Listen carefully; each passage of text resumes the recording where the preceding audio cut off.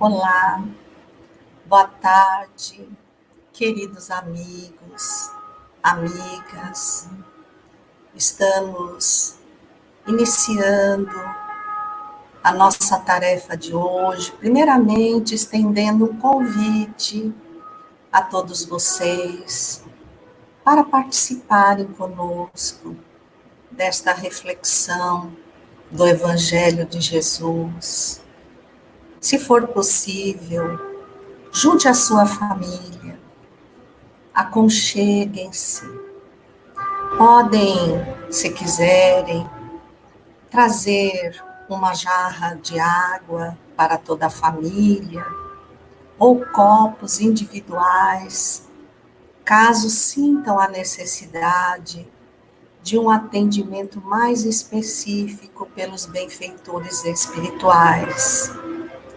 À frente desta casa de amor, esta casa que nós tanto amamos, que é o nosso porto seguro, que nos acolhe, seja física ou virtualmente, que refaz as nossas almas de todo cansaço, de toda aflição, que acalma o coração, organiza os pensamentos. Esse estreito convívio com os benfeitores amigos. É para isso que nós estamos convidando você. Lembrando que juntos somos sempre mais fortes. Uma pessoa em prece, por mais que se dedique, não tem a força de várias pessoas em oração a Deus. E acho que nós nunca necessitamos tanto de orar como agora, de nos encorajarmos, de respirarmos fundo com calma, sem nos permitir envolver por preocupações desnecessárias. Às vezes, deixar que o medo, a insegurança nos arrebate, nos coloque em condições atormentadas, frente a tudo que vimos passando e que não foge às leis naturais, a lei infalível de causa e efeito. Olhemos a bênção do Espiritismo, como a tudo explica, clareia o nosso horizonte, nos desvela o espírito imortal que somos, semeadores e também colhedores da seara que a todo instante nos é renovada, por essa confiança que só um amor tão grandioso como o de Jesus, tão infinito como o de Deus, nos permite, convidando-nos à recuperação. Neste momento, esta casa se abre para você. Se você a conhece materialmente, perceba-se diante da sua porta aberta, da escadaria que convida ao salão de explanações do Evangelho. Perceba, acima de tudo, a fragrância dos espíritos benfeitores, recebendo cada um de nós.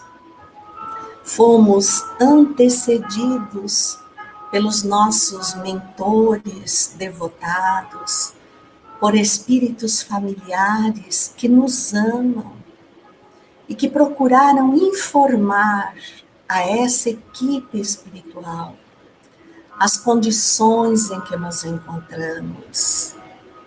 Só que para nos cuidarmos, precisamos nos oferecer boamente aos espíritos que tenham essa possibilidade.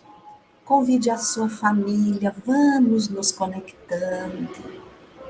Está se aproximando o momento de darmos início e queremos antecipadamente envolver num grande abraço com uma imensa gratidão os nossos queridos irmãos Rubens e Divina, lá de Uberlândia, da Web Rádio Fraternidade, que nos fazem essa imensa parceria, porque eles, muito mais do que nós, podem fazer esta transmissão avançar por todos os continentes.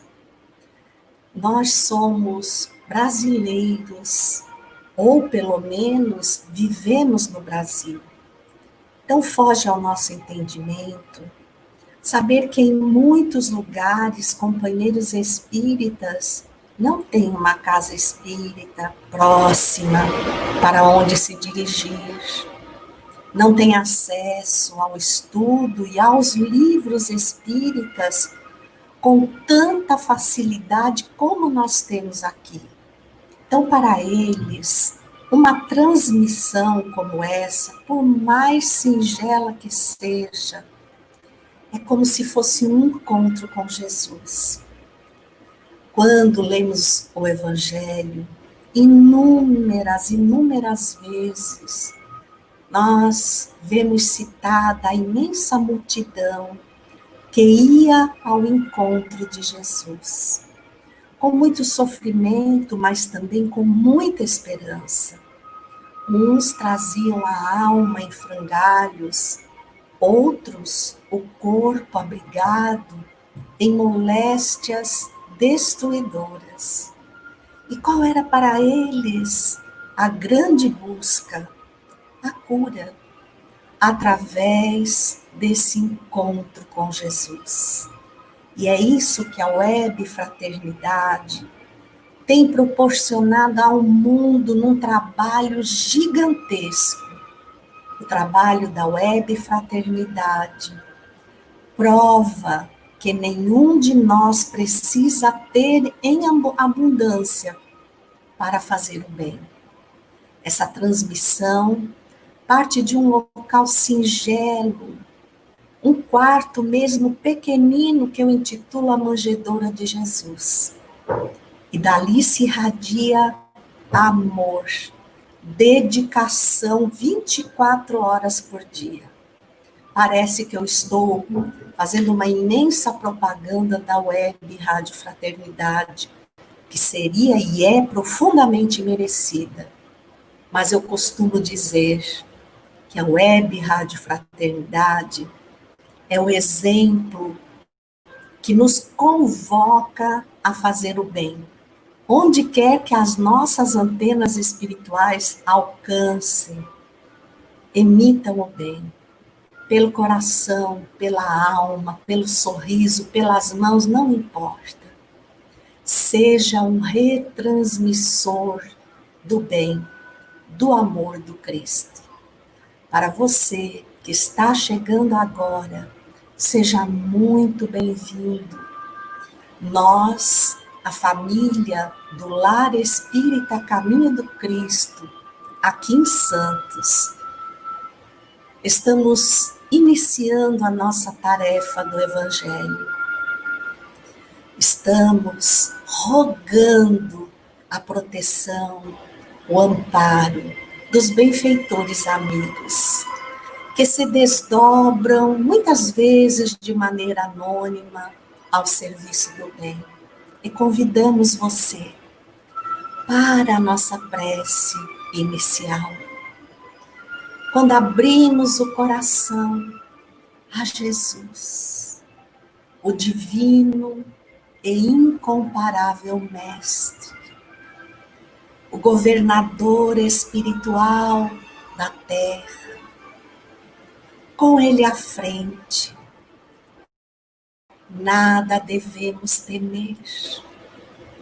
Somos marujos inexperientes, experimentando algumas vagas mais tormentosas e amedrontados, às vezes paralisados na própria fé.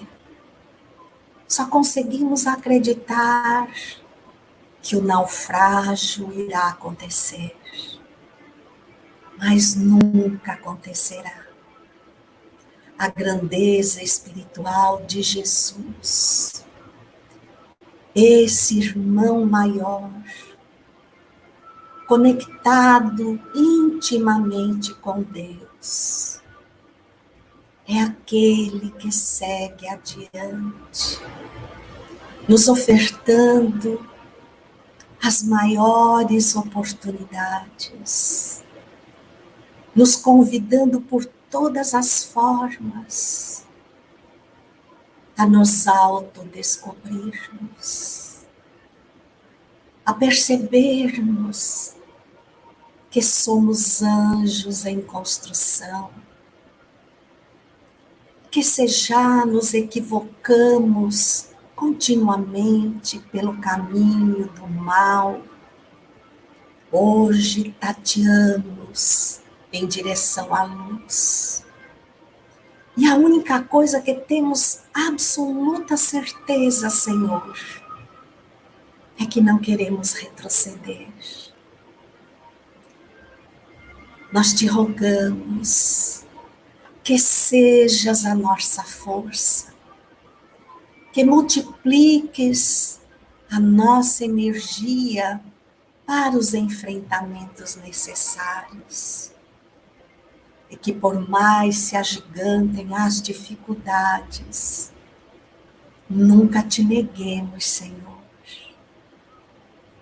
Nunca sejas para nós constrangimento perante os homens, porque te amamos, Jesus. É indispensável a tua companhia.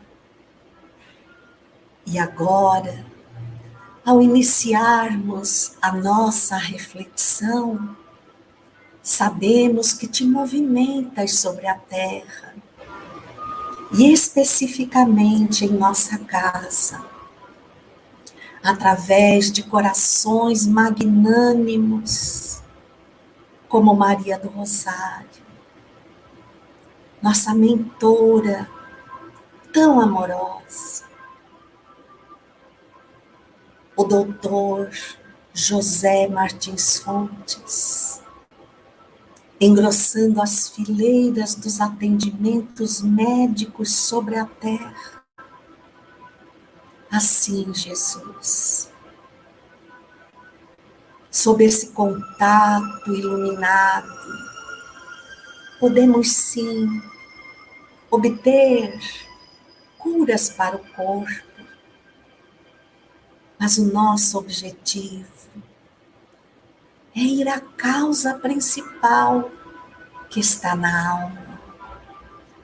E curando a alma, obviamente, o corpo não irá adoecer. Conduz-nos, Mãe querida, inspira-nos para que ao tecer reflexões sobre esse tema tão complexo, sejamos dóceis, ao mesmo tempo que levemos o esclarecimento. Sejamos respeitosos para com esses irmãos que ainda digladiam nas sombras de si mesmos, porque a nossa intenção é estender-lhes o convite que tu nos fazes, de amparo e proteção infinita.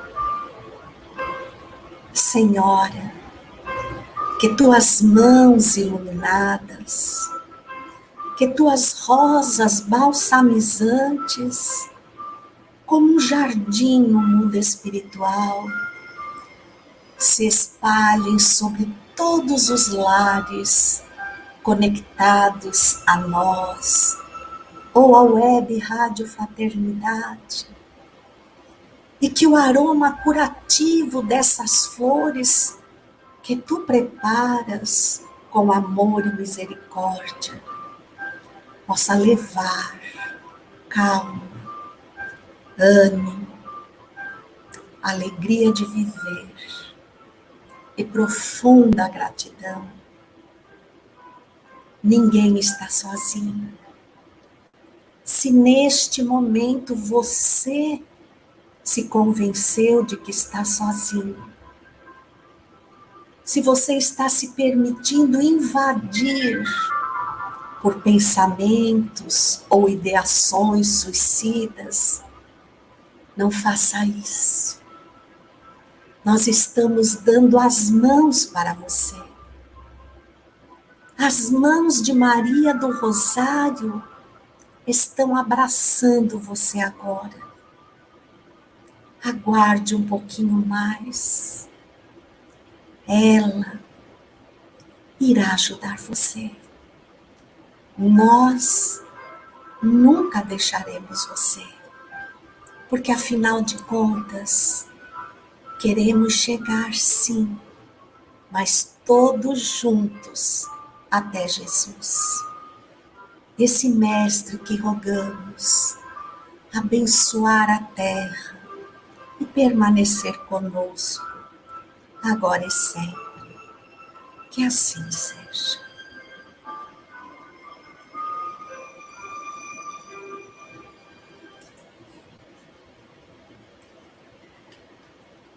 Queridos amigos, para aqueles que porventura tenham chegado após o nosso início, sejam bem-vindos. É com muito carinho que recebemos a todos nesta tarde para abordar um tema bastante complexo que o nosso querido irmão Júlio César de Sá Roriz, na semana passada, já abordou com uma clareza impressionante, mas que talvez peça um pouquinho mais de reflexão da nossa parte, porque estamos açoitados, desafiados por uma grande pandemia e nos preocupamos muitíssimo com ela. Para preservar a própria vida, nos desdobramos a esforços antes inimagináveis.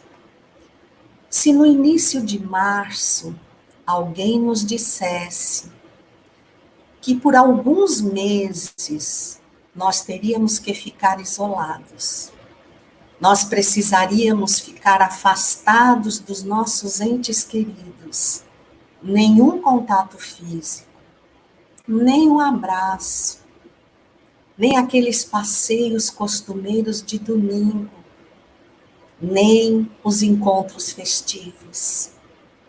Se alguém nos dissesse em março que muitos iriam perder os seus entes queridos, mas não poderiam se despedir deles. Muitas vezes não poderiam nem saber se realmente são eles que ali estão fechados naquele esquife. Nós diríamos que essa pessoa estava absolutamente louca. No entanto, é exatamente o que está acontecendo há praticamente 90 dias e por quantos mais nós não sabemos. O fato é que a nossa vida está suspensa. E por mais que queiramos voltar à sua normalidade, essa normalidade nunca mais vai ser igual àquela que nós conhecemos. Muitos lugares já tentam essa normalidade. Porém, muitas pessoas, ainda assustadas, têm medo de sair de casa. Nos lugares onde a pandemia assola com maior incidência, os cuidados são redobrados. E, obviamente, eles nos incomodam. Não podemos sair de casa, não podemos andar à vontade na rua. Precisamos portar máscaras de proteção, estar sempre atentos às mãos, carregarmos álcool em gel conosco para as desinfecções necessárias. Não é confortável, mas estamos nos submetendo. Em nome do quê? Da prevenção. Por quê? Porque não queremos adoecer. E muito menos perder a existência física. Mas há uma outra pandemia que se estende pelo mundo bem antes da Covid-19. Ela já vem sendo anunciada desde a época de Jesus. Desde a época de Jesus. Quando você olha a Bíblia no seu Novo Testamento, vai perceber que Jesus sempre era seguido por uma multidão. E que essa multidão era próspera de criaturas que se diziam endemoniadas, tomadas literalmente, como acreditavam, pelo espírito do mal. E embora não entendessem muito realmente quem era Jesus, eles testemunhavam todos os dias que Jesus tinha algo de tão grande em si, que esses chamados demônios não lhe resistiam à presença. Por várias e várias vezes, a Terra passou por essa pandemia. Talvez você não tenha tomado conhecimento disso. Talvez nós tenhamos algumas vezes feito parte disso. Mas como não tínhamos conhecimento esse que tão claramente só o Espiritismo nos trouxe, para nós eram épocas normais. É tão interessante que no ano de 1857, no mesmo mês de março, em que nós começamos a tomar contato mais proximamente com essa pandemia do coronavírus, no mês de março de 1857, uma pequena vila chamada Morzine, incrustada nos Alpes franceses, rodeada pelo charme comum àquela região, que tinha em torno de 2.500 habitantes, começou a viver um fato inédito. Algumas jovens, a princípio meninas, a princípio o sexo feminino, e quando já falamos inúmeras vezes de mediunidade, também já colocamos que ainda hoje ela é percebida em maior número através da mulher do que do homem. Porque a configuração feminina, até porque ela é planejada para a maternidade, não necessariamente a maternidade biológica, mas a forma diferenciada de amar, que lhe acresce uma sensibilidade maior, então faculte essa presença da mediunidade. Então, algumas meninas começaram a sofrer de uma síndrome desconhecida. A princípio, eles imaginavam que era um problema físico, e médicos foram deslocados de Paris, porque a cada dia o número ia aumentando. Para vocês terem ideia, no mês de novembro de 1857, mais de 27 meninas eram acometidas por esse mal. E como a medicina da época não conseguia definir que doença era essa, começaram a dizer que as meninas eram histéricas. Porém, também percebiam que alguns fatos causavam essa verdadeira pandemia ao mesmo tempo. E que fatos seriam esses? Por exemplo, se elas fossem conduzidas à igreja, como certa feita alguém sugeriu que o fizessem, afirmando que elas estavam dominadas por algo que se intitulava demoniomania. Então era necessário fazer um exorcismo. Eram meninas, crianças, frágeis. Então decidiu-se que seriam levadas todas ao mesmo tempo à igreja. O que então surpreendeu tanto o clero como os médicos. Que para cada menina, no momento em que se debatiam, em que eram tomadas por aquele verdadeiro ataque, que lhes enrijecia todo o corpo, colocando a cabeça endurecida pendente para trás, os braços contorcidos, os urros que atemorizavam, para cada menina eram necessários, em média, 4 homens para tentar dominá-las. E se houvesse uma indicação de que haveria um exorcismo, todas tinham a mesma convulsão ao mesmo tempo, sem que ninguém realmente as segurasse. Algumas vezes mesmo chegaram a quebrar todo o mobiliário da igreja.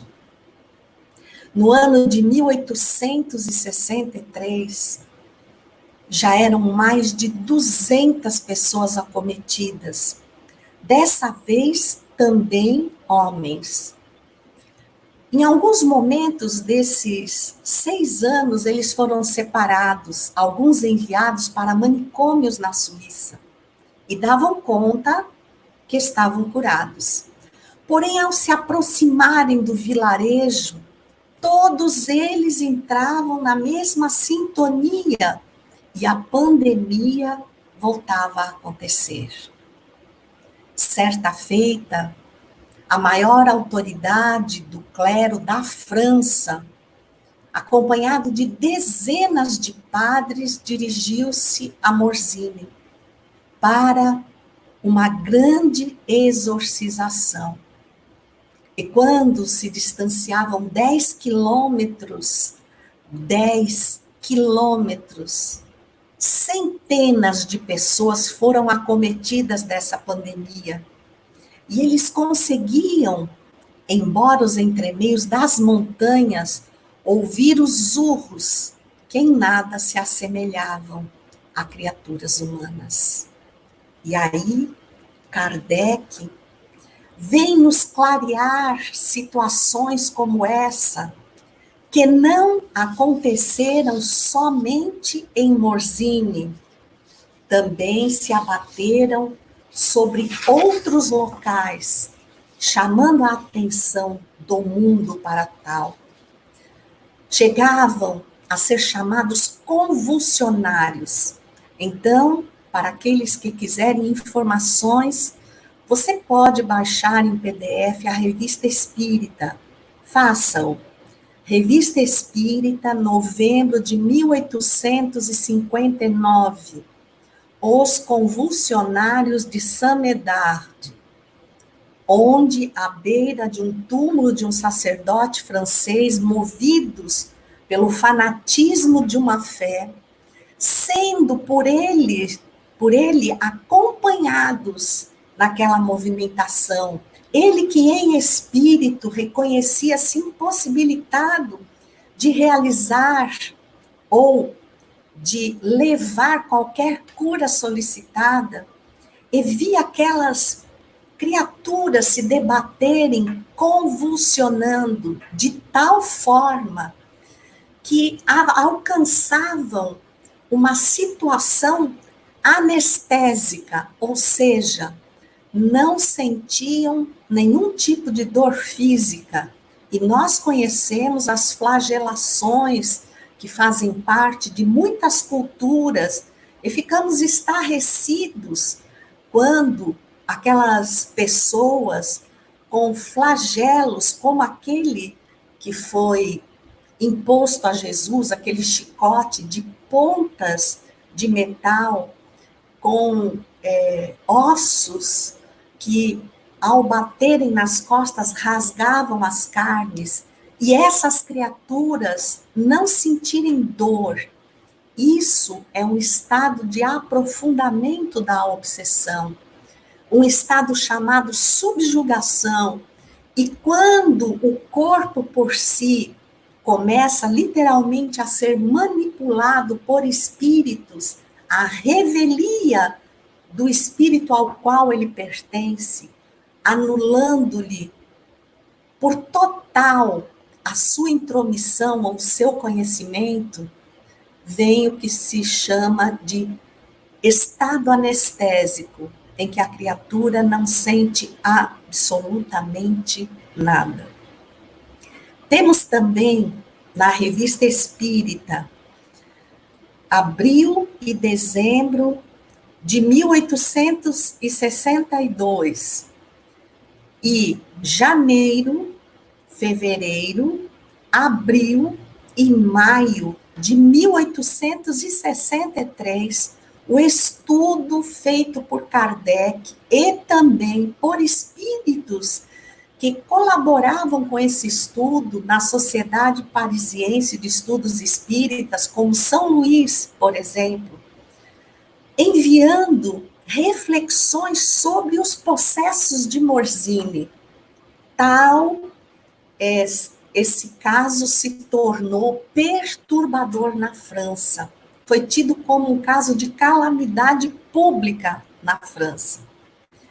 E em fevereiro de 1865, um fenômeno chamado de Ramenjana, em Madagascar. Ramenjana foi o nome que eles deram à suposta doença cerebral, doença neurológica, que começou a acometer algumas pessoas de uma mesma família na outra ponta de Madagascar, totalmente distante da sua capital, mas que conforme eles começaram uma manifestação de protesto contra, prestem atenção, para compreenderem por que nós decidimos abordar esse tema e o que ele tem a ver com tudo que está acontecendo no mundo neste momento. A finalidade dessas pessoas, movimentadas por uma nuvem de espíritos, uma verdadeira nuvem de espíritos, que eram contrários ao saneamento moral imposto ao governo daquele lugar. Ou seja, aquele lugar muito primitivo, em que se estabeleciam governos compulsórios, governos que escravizavam, submetiam aquele povo, desencarnaram, foram nessa condição para o mundo espiritual os habitantes daquela época. E posteriormente, porque não se melhoraram, porque nós podemos melhorar aqui e no mundo espiritual. O mundo espiritual até torna-se mais fácil, porque você tem uma visão mais ampla do todo que você é. Então, quando eles chegaram lá, sem se reconhecerem espíritos, eles percebiam que a presença de um governo justo, honesto, que a implantação de educação para o povo, de generosidade nos entrosamentos sociais, trazia um bem viver para a nova população, da qual eles não faziam mais parte e se sentiram ofendidos. Então, eles foram se abrigando no coração de alguns pequenos revoltosos, prestem atenção, que ficavam na parte mais primitiva desse país, lá do outro lado, que viviam de uma forma muito semelhante a que aqueles espíritos, quando encarnados, tinham vivido, e eles começaram a fazer um movimento que foi ganhando corpo conforme eles avançavam, e essas criaturas traziam trejeitos de possessão. Então, convulsionavam, se estorcegavam, falavam línguas que as pessoas não conheciam, assim como as meninas de Morzine respondiam a todo tipo de perguntas que fugiam ao conhecimento que elas porventura tinham, demonstrando que há algo mais do que aquilo que está restrito a um corpo físico agia naquele momento. Milhares de pessoas tomaram as ruas de Madagascar e provocaram terríveis acontecimentos, grandes prejuízos, até que, tomados, surpreendidos pelo devotamento moral da população a qual se dirigiam, perderam a sua força. O que nós estamos vendo na Terra já há algum tempo, infelizmente, pode ser colocado nesse grupo da pandemia obsessiva. Quando Kardec, no capítulo 23 do Livro dos Médiuns, fala exatamente da obsessão, usa esse termo, ele utiliza de forma generalizada para nomear 3 condições diferenciadas que dizem respeito ao aprofundamento dessa influência espiritual ao ser encarnado. Hoje nós estamos falando da obsessão dos desencarnados para os encarnados, mas ela pode acontecer em trajeto contrário, dos encarnados para os desencarnados, de encarnado para encarnado e de desencarnado para desencarnado. Então, ele coloca 3 estágios. A obsessão simples, que é mais ou menos a nossa normalidade. Então, nós temos altos e baixos no mesmo dia. De repente, nós derrubamos a tampinha, nós jogamos a água do copo que estava cheio, transborda. Então, logo chego num nível razoável, me dou conta e digo, nossa, até eu me assustei comigo. Nossa, eu fiz ou falei coisas que não eram necessárias. Eu fiz uma tempestade no copo d'água. E aí eu volto à minha situação normal. Como a todo momento nós somos influenciados pelos espíritos, a todo momento, de acordo com a condição, como nos comportamos, este ou aquele espírito nos influencia. Vale aqui colocar que os bons espíritos nunca constrangem. Se eles nos escutam, às vezes, manifestar um desejo que não é bom, eles não se aproveitam disso para exercer um certo domínio, para provocar situações que nos levem ao convencimento de que aquele é o caminho, e aí nós podemos tanto falar como agir com perigo. para o próximo e para nós mesmos. Os obsessores, dependendo de qual é a finalidade, eles nos constrangem e chegam a paralisar a nossa vontade.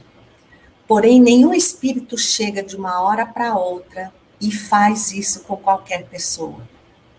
A obsessão mais dolorosa, ela começa de uma forma sutil.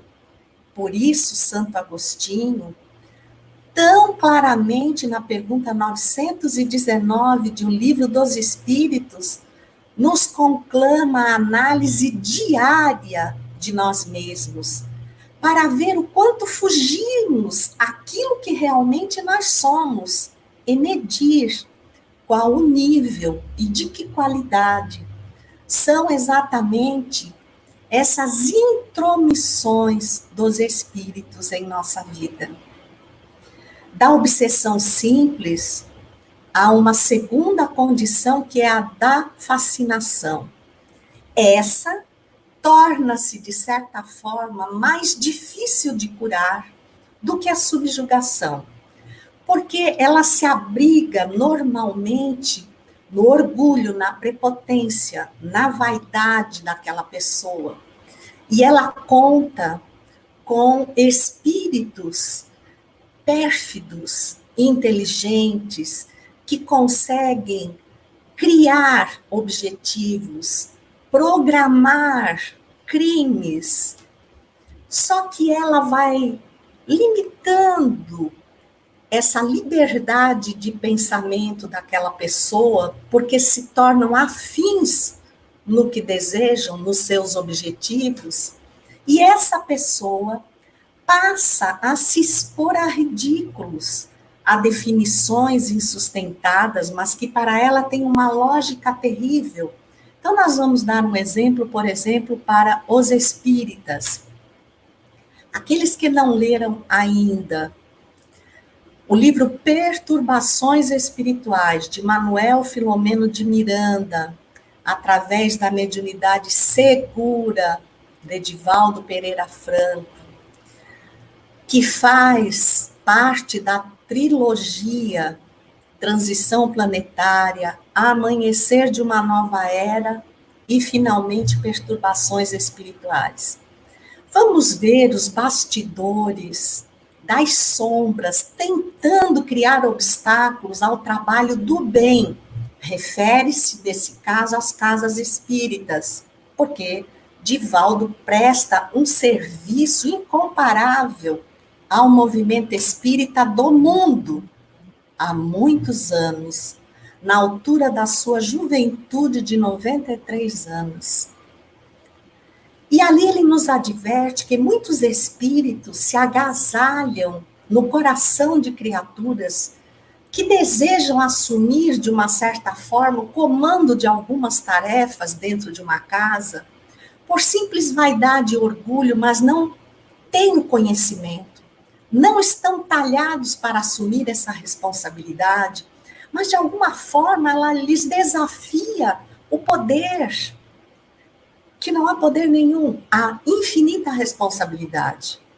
Mas a sensação do poder muito facilmente nos toma, tanto que na humanidade nós costumamos dizer: quer conhecer verdadeiramente uma pessoa, dê-lhe o poder.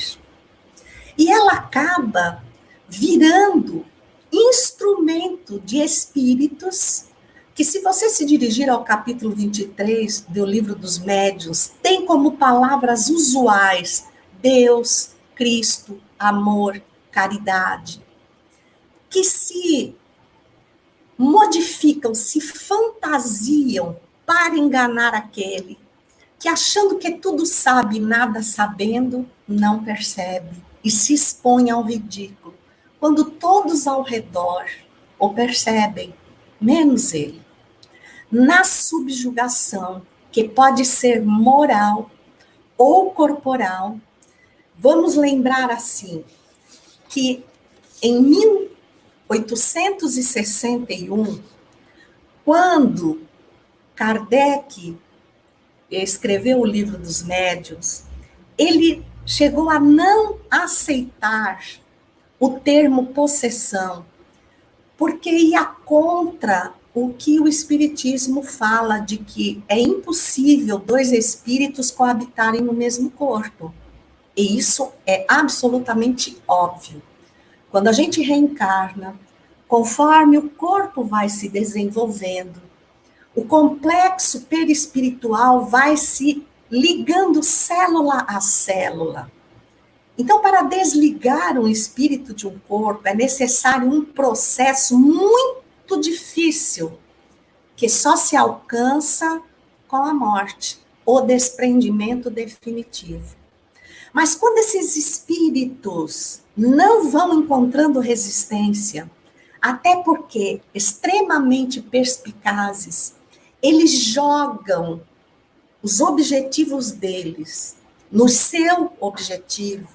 E muitas vezes o seu objetivo, que parece algo que não causa mal a ninguém, como por exemplo, eu quero enriquecer, eu quero ter um cargo e muita publicidade. E de repente você vai sendo tomado por esses espíritos que não têm medida para atingir esse cargo, essa fortuna, essa publicidade. E vai sendo constrangido. Aí você olha por algum momento e diz, nossa, mas eu estou afundando demais nesse assunto. Ai, mas lá no fundo vale a pena. E chega uma hora que você está passando por cima dos outros e já não se dá mais conta. Porque o que conta para você é o objetivo que você quer alcançar. Nem se dando a perceber que você é o objetivo primordial que esses espíritos querem alcançar. Alguns por grande vingança, porque afinal de contas, quem de nós não tem um inimigo escondido nas pregas do nosso passado? Então, eles vão nos perseguir a qualquer momento? Não necessariamente. Se eles vierem várias vezes e nos encontrar devotados ao bem, e o bem não é sair fazendo campanha de solidariedade, é exercendo a solidariedade a partir do núcleo familiar onde fomos colocados, no silêncio da nossa alma. Só alimentarmos bons pensamentos, embora os maus vão passar muitas vezes na nossa cabeça, porque, aliás, nós somos espíritos imperfeitos, estamos mergulhados na imperfeição, mas não estamos abandonados nela. Estamos sob o comando de Jesus e de uma pleiade de espíritos elevadíssimos que nunca nos negam conexão, desde que nós as busquemos para o bem. Eles não devotam o mínimo interesse às condições materiais em que nos encontramos, mas sim às condições morais que exercemos, na pobreza ou na riqueza, na ignorância ou na intelectualidade. E para todos os nossos planos, por mais difícil que nos pareçam, e os mais difíceis não são obras fora de nós, é a construção de nós mesmos. Essas são as obras mais difíceis. E quando nós passamos a exercer essa construção, seguindo o conselho de Santo Agostinho, por mais que eles nos sejam perseguidores, vindo um dia, vendo o outro, e nos encontrando a braços com o bem, mesmo que sob lágrimas, eles se desinteressam. Ou permanecem de guarda para ver, eles estão fingindo outra vez que são bonzinhos? Não. Eu vou ficar aqui esperando, porque logo ele vai se trair. Mas se você está inclinada ao bem, Evangelho segundo o Espiritismo, capítulo 17, sede perfeitas. Como se conhece o verdadeiro espírita? Pelo esforço que faz em domar as suas más inclinações. Então, toda vez que ele me encontra, ele fica torcendo para eu não conseguir. E algumas vezes eu não consigo. Mas se quando eu não consigo, eu olho, como diz Paulo, Senhor, por que eu já sei aquilo que eu preciso me livrar e eu não consigo? Como quem diz, eu já sei dos meus defeitos, mas ainda assim eu os repito. E por que eu já sei o que eu preciso fazer e encontro tanta dificuldade? Porque é óbvio que sair de espírito imperfeito para ser um espírito bom é preciso muito esforço. Se você não pegar o bondinho aqui do Monte Serrato, que é um monte muito famoso aqui em Santos, tem o funicular, né? Você sobe sem esforço. Mas se você quiser testar a sua resistência, você vai pela escada. Então, a gente só conquista a resistência no campo espiritual se subir a escada, porque para lá não tem funicular. Toda vez que lhe oferecerem facilidade, tome cautela de quem parte o convite, porque a facilidade é sempre ladeira abaixo. Nunca se esqueçam de verificar isso. Então, Kardec vai dizendo, a obsessão é o domínio que os maus espíritos exercem sobre algumas pessoas no intuito de submetê-las à sua vontade pelo simples prazer de fazer o mal. Então, às vezes, elas não têm um objetivo de vingança com você, mas como você anda muito distraído, você anda deixando como está para ver como é que fica, eles vêm e te sugerem alguma coisa para tirar você da rotina, né? Aí a Gênese, capítulo 14, os fluidos, item 45, obsessões e possessões. Quando a obsessão degenera em subjugação e em possessão, Kardec já admite o termo possessão, e nós vamos ver por quê. O paciente perde por vezes a sua vontade e o seu livre-arbítrio. Depois que ele tomar conta de você, você permitiu. Depois que ele ficar à vontade na sua casa, aí é que vai complicar para conseguir fazê-lo sair. Na Revista Espírita, dezembro de 1863, há um artigo chamado Senhorita Júlia, e Kardec começa essa exposição dizendo assim: temos dito que não havia possessos no sentido vulgar do vocabulário, mas subjugados.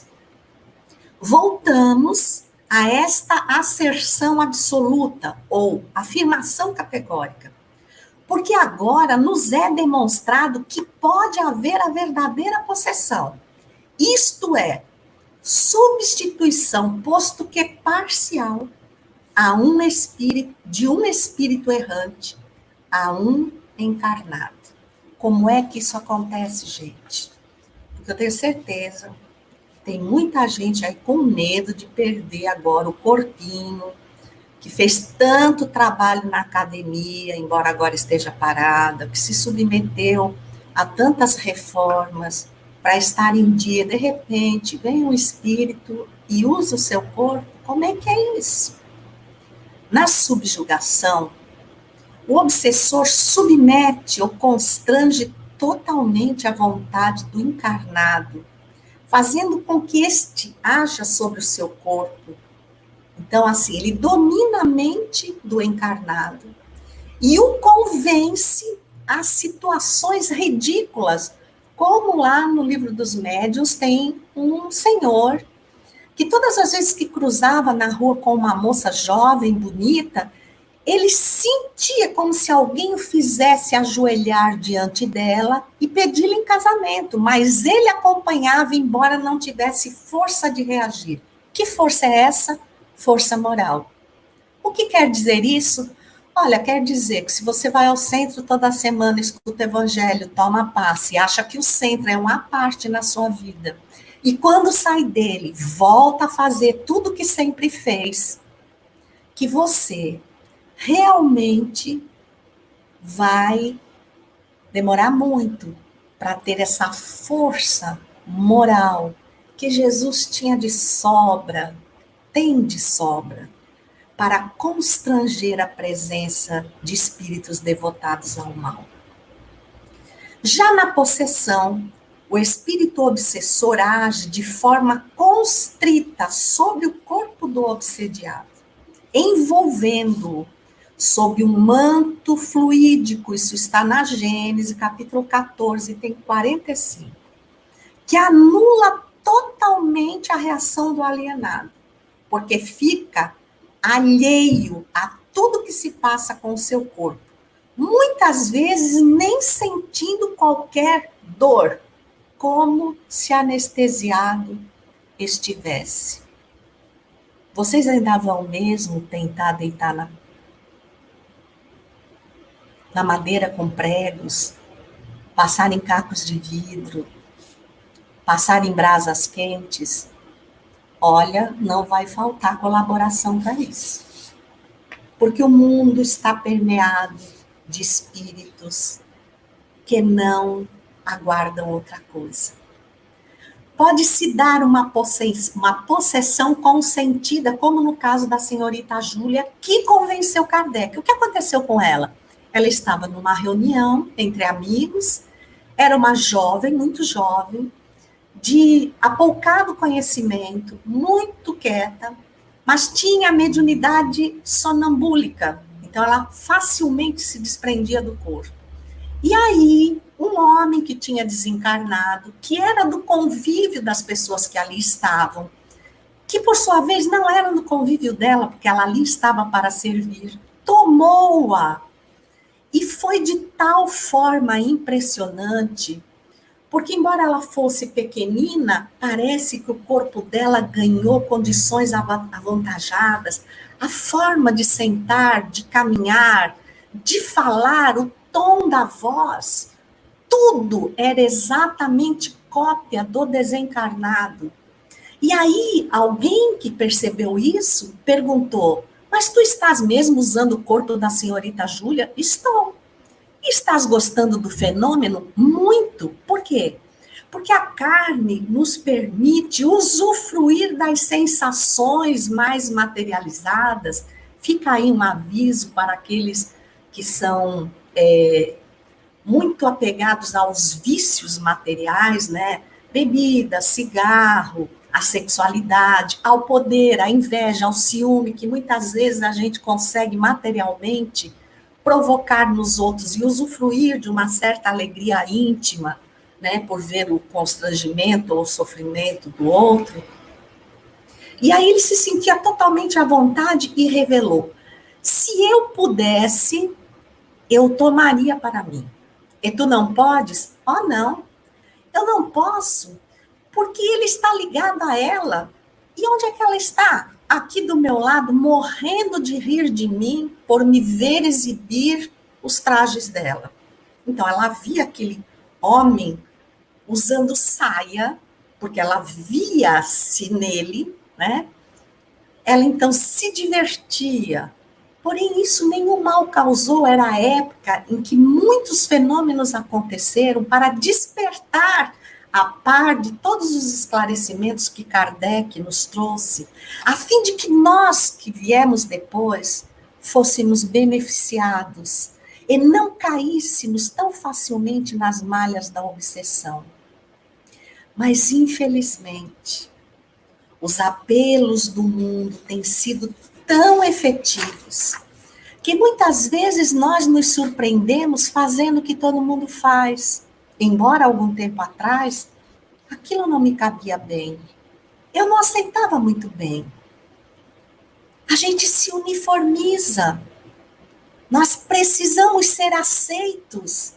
E às vezes, para ser aceitos, fazemos algumas coisas que não são boas, que nos fazem avançar pelas vielas do nosso eu integral, das vidas que já experienciamos, tocar nos erros que já cometemos, trazê-los à tona, e vem em junção com o mundo e suas facilidades, e ainda mais com essa nuvem de testemunhas que estão sobre nós, nos fazem expor-nos moralmente à corrupção e a outras situações extremamente graves, porque nos permitimos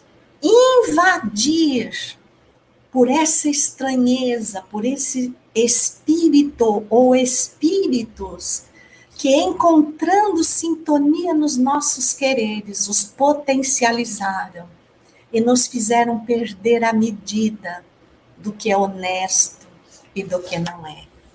Foi dessa forma que Rui Barbosa, esse homem ímpar, criou o seguinte texto: de tanto ver triunfar as nulidades, de tanto ver prosperar a desonra, de tanto ver crescer a injustiça, de tanto ver agigantarem-se os poderes nas mãos dos maus, o homem chega a desanimar-se da virtude, a rir-se da honra e a ter vergonha de ser honesto.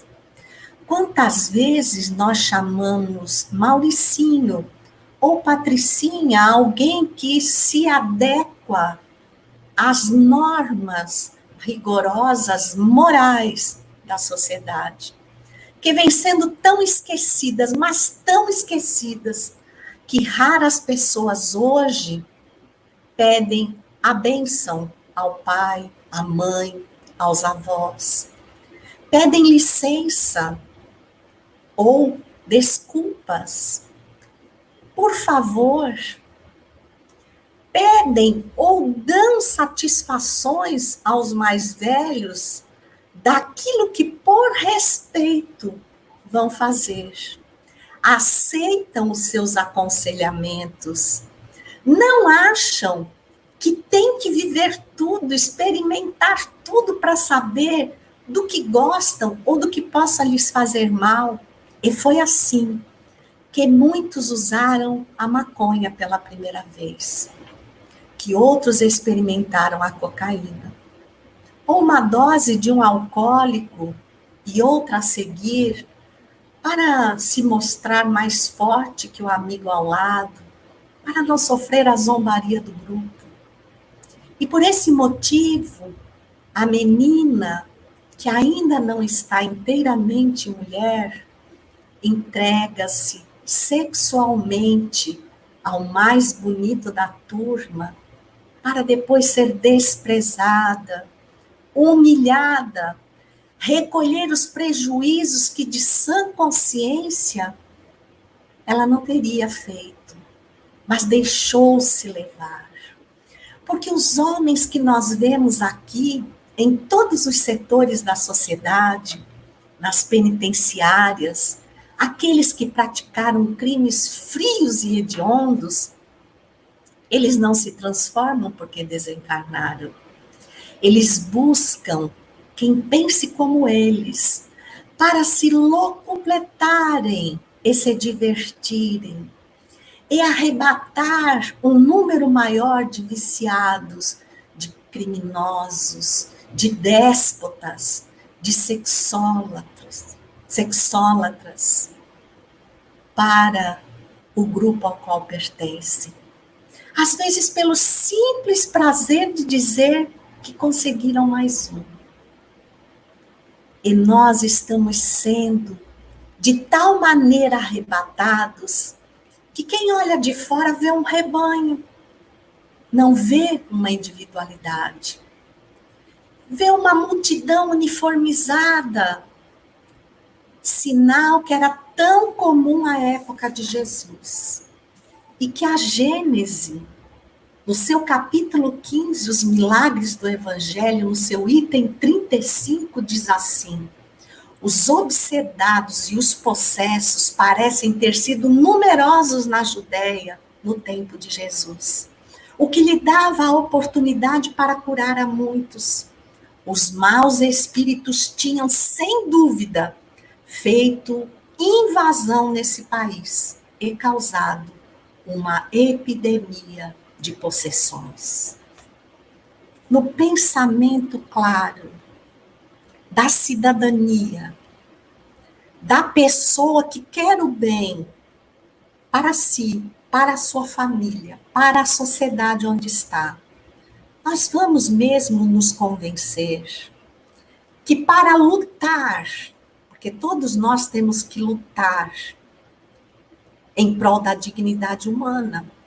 Então nós vimos aquele irmão negro ser asfixiado no ímpeto de selvageria daquele policial. Mas não seria uma possessão? Isso justifica a possessão de multidões que saem às ruas transtornadas sem medir o perigo a que se expõem, causando mais mortes e prejuízos àquilo que eles precisam usufruir no transcorrer da vida?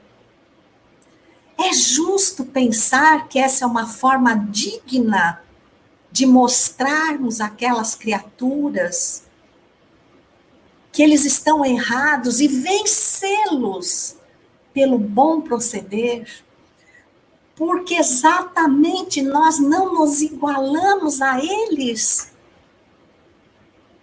Gente, o que é que está movimentando a humanidade para transformá-la numa verdadeira turba de revoltosos, mais parecidos com os povos da barbárie, da época medieval da Terra, que sentiam prazer em destruir, porque nós vemos jovens com um futuro promissor, que poderiam fazer a imensa diferença da Terra em que vivemos, sendo arrastados aos risos frenéticos, como verdadeiros convulsionários, em nome de uma ordem que eles não servem. Como é que Jesus faria? Porque Jesus confrontou o poderio romano totalmente enceguecido por todo tipo de corrupção. E, no entanto, nenhum de nós, a não ser os exímios estudiosos da história, vão saber quais foram os grandes imperadores ou grandes generais romanos que fizeram a sua passagem gloriosa, matando, trucidando, talvez conduzidos por uma multidão desumana de espíritos ensandecidos. Mas Jesus, mesmo aqueles que não o aceitam, sabem da sua grandeza. A multidão buscava Jesus. A pandemia viral vai passar. O máximo de risco que corremos com ela é perder o corpo físico, que todos vamos perder por esta ou aquela denominação. Mas a pandemia obsessiva pode tomar, arrebatar a nossa alma. E quando perdermos o corpo, esvaecido de toda a energia que poderia materializar o bem na Terra, e alguém nos vir no mundo espiritual, faremos parte de uma manada destruidora de espíritos enlouquecidos e atormentados, vagando sem comiseração, aguardando o momento em que dignos possam ser tocados por Jesus, que não nos dispensará e renovará o convite de seguirmos adiante. Aquele jovem estava isolado em verdadeiras catacumbas. Ele era o obsidiado Gerazeno. Todos o temiam. Aquela cidade de Gerasa era uma das 10, as Decápolis, as 10 cidades no entorno do mar de Tiberíades, ou do mar da Galileia, ou do lago de Genezaré. Mas ela era sentida como estranha. Ela ficava do outro lado. Porém, Jesus, no barco de Simão Pedro, também ia lá. Aqueles homens tomados por uma turba de espíritos revoltosos que odiavam Jesus, de todos os meios procuravam expulsá-los.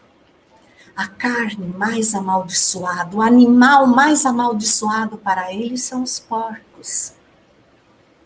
E a famosa narrativa daquele jovem todo ferido, que quando viu Jesus deixou-se cair, porque ele estava sob o domínio de muitos espíritos, num caso de possessão em que a sua vontade, totalmente paralisada, já não conseguia retomar o comando do seu corpo.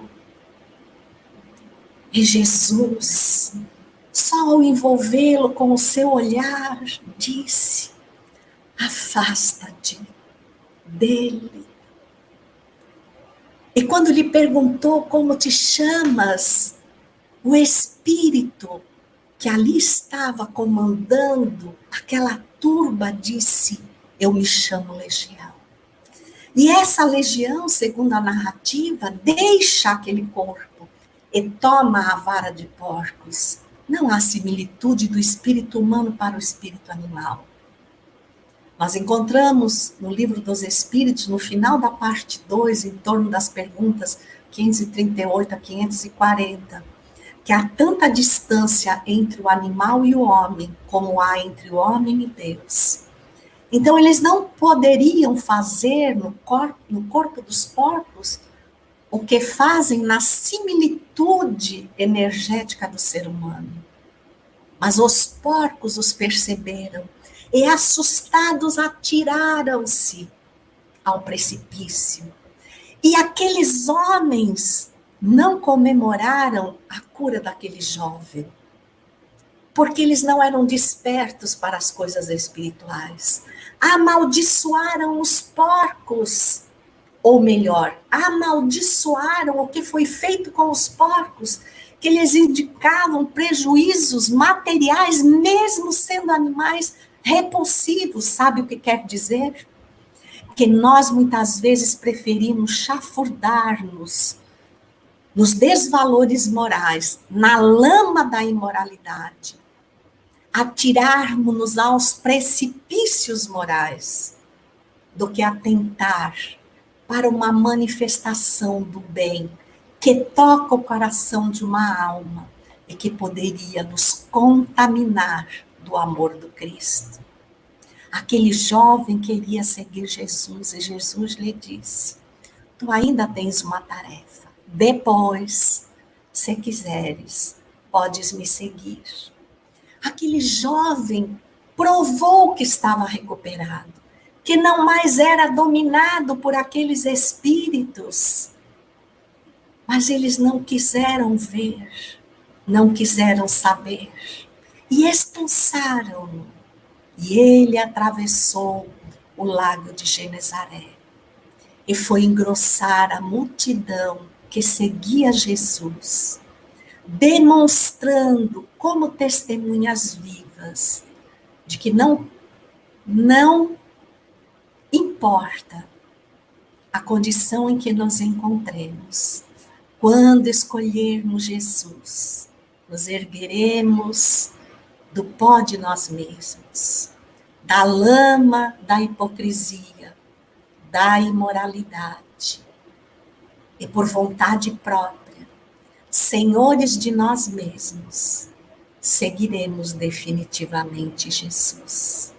Porque não há na terra nenhum valor material que se assemelhe àquele que tem a ventura de dominar-se a si mesmo, de preservar o seu livre-arbítrio e de se preocupar em seguir o bem, em nome do Cristo.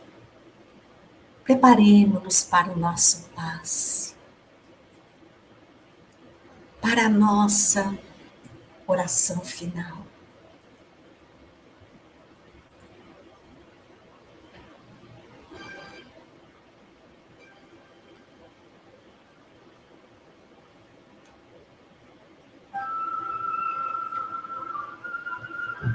Se você puder sentar-se e recolher uma água benfazeja, a fim de que os espíritos, manipulando-a, transforme-a no medicamento precioso para levar saúde às células do seu corpo. Imaginar-nos em meio à multidão que buscava aflitivamente Jesus. Sentir-lhe a presença próxima, a sua grandeza espiritual, o seu magnetismo capaz de afastar as influências perniciosas, enquanto nos apossamos da alma que somos, para bem administrar as nossas escolhas. Senhor Jesus, se vimos afoitos e arrebatados pelas condições que a sociedade nos impõe, praticando alguma atitude que ofenda a nossa condição moral, alerta-nos, Senhor. Envia-nos, se necessário for, a irmã dor, para nos provocar a necessidade de estar contigo. E assim nos despertarmos da sonolência malfazeja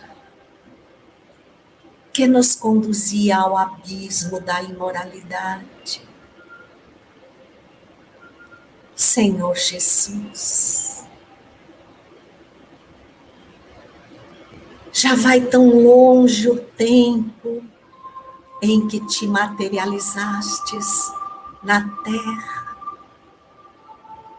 porque precisávamos ver-te, Senhor, testemunhar os prodígios que és capaz de fazer para acreditar em ti.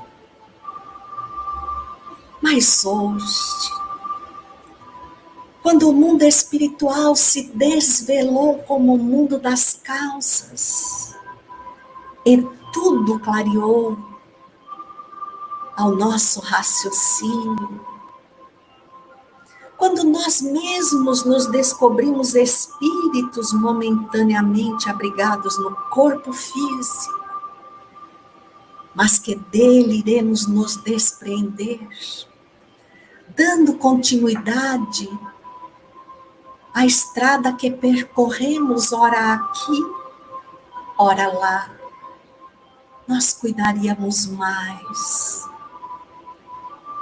para semearmos flores à beira da estrada.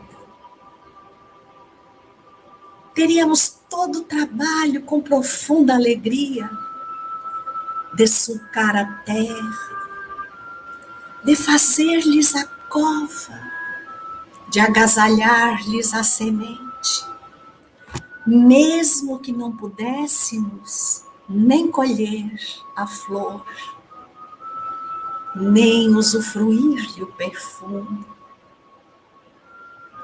Porque aqueles que vão adiante de nós o fazem por nós mesmos. Que não sejamos egoístas, a fim de não sentirmos que a estrada é tua, Senhor, que tu nos permites caminhar, como a todos os outros, que podem, inclusive, nos ultrapassar, e por isso nos sentirmos ofendidos, sem darmos conta que estamos abatidos no nosso ânimo, e propositalmente dedicados às coisas do mundo, ganhamos distância de ti. Vem até nós, Jesus, com as tuas mãos misericordiosas, com o teu olhar sereno. Vem até nós os que caímos no caminho, os que se deixaram abater e permanecer à beira dele, os que choram, os que se lamentam, os incrédulos, os déspotas, não importa, Senhor. Vem até nós. Faz ecoar pela terra o teu convite sublime, a desta vez subirmos um monte contigo, para ouvir-te outra vez as bem-aventuranças. E só então, do alto daquela paisagem, poderemos discernir os vales profundos, por onde nos perdemos tantas vezes, e darmos-nos conta de que sempre permanecestes irradiando sobre nós a tua luz, e que se assim não fora, não sobraria pó sobre pó nesta terra mergulhada em tantas aflições. Se o dia por si só surgiu e enfeitou o horizonte com um sol dourado, capaz de vencer as trevas, ó Senhor, és tu anunciando-nos que nas trevas em que mergulhamos a própria alma, tu és o sol que nunca mergulhas no horizonte, para que te possamos seguir a luz infinita, banhando-nos dela a cada instante, para nunca desistirmos. Que de tuas mãos radiosas, das mãos benfazejas de Maria do Rosário, de Martins Fontes, de suas equipes amorosas, a tua bênção se faça em nós, para nunca mais haver entardecer na alma. E que refeitos, Senhor, saiamos do meio da multidão e anunciemos-te no esforço do próprio testemunho, para amenizar a dor da estrada, por onde seguem tantos afetos e desafetos. Gratidão, benfeitores amigos. Gratidão, Senhor Jesus. Fica conosco agora e sempre. Que assim seja.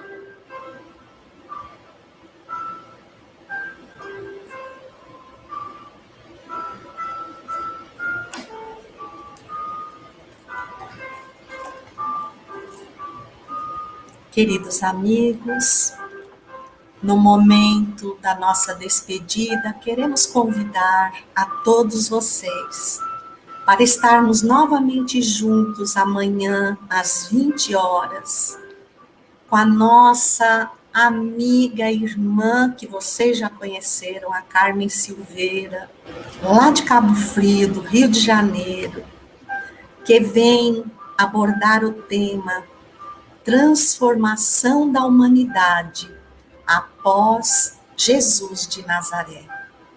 Nós esperamos todos vocês com uma infinita alegria. Uma boa tarde. Que Jesus abençoe a todos. Beijos, Rubens e Divina.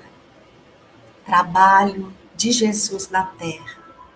Que cada um de nós seja uma antena retransmissora do programa de Jesus.